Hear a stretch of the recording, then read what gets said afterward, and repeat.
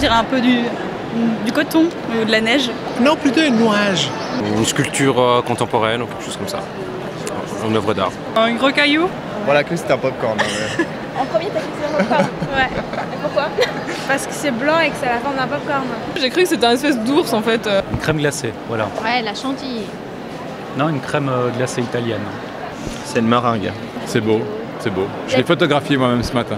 Pour moi, quelle que soit la réponse, c'est joli. Ça fait du bien ici au milieu. Bon, en fait, c'est un iceberg, c'est marqué à côté.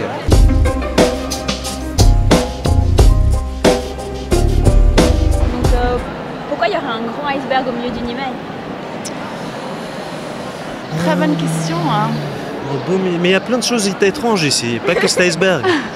C'est peut-être lié au réchauffement climatique. Ouais. Peut-être. Pourquoi? Parce que la Terre se réchauffe. Pour nous sensibiliser sur le fait que notre planète elle est en train justement de fondre comme un iceberg. On parle des problématiques du réchauffage. Réchauffement climatique. Ouais, celui-là, ok. Peut-être le fait qu'il fasse encore froid alors qu'on est censé être en été. Je pense pour marquer un peu les esprits par rapport à peut-être au recyclage des déchets et tout ça. On dit souvent qu'on voit que la pointe de l'iceberg, donc peut-être que notre passage à l'Uni, c'est que une partie de notre formation. Alors c'est un iceberg qui symbolise en fait l'anniversaire du Titanic. Et notamment le dernier futur tournage avec DiCaprio qui paraît-il va venir. D'ailleurs, il est juste là derrière. D'ailleurs, il est juste derrière. Alors moi, ça me rappelle un truc que j'ai fait à l'école dernièrement, ça s'appelle le modèle d'iceberg. C'est tout simplement par rapport à l'interaction interculturelle. C'est-à-dire quand deux cultures rentrent en contact l'une avec l'autre, la seule chose que nous voyons de la culture, c'est la partie visible de l'iceberg, donc tout ce qui est matériel, mais toute la dimension sociale et mentale d'une culture, elle est en dessous.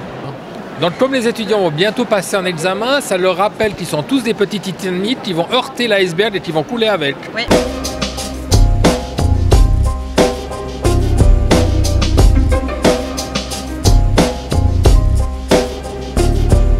Alors je dois dire qu'il a perdu un peu de volume, donc ça représente bien la fonte des glaciers en ce moment par rapport au réchauffement climatique.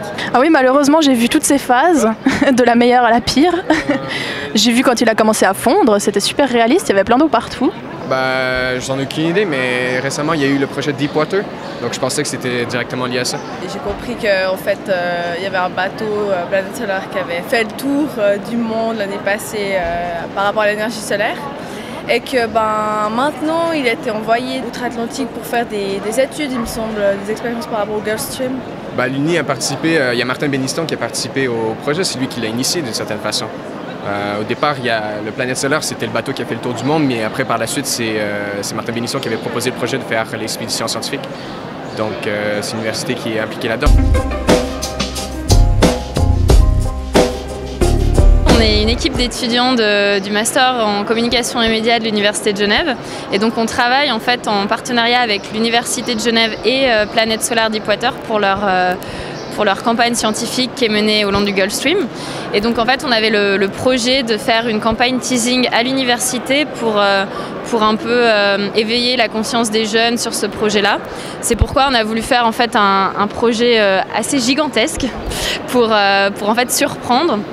Et donc le but c'était de faire aussi une affiche avec ce code donc, que les gens pourraient scanner. Et donc ensuite ça les ramène vers une page qui explique un peu le projet et la campagne scientifique.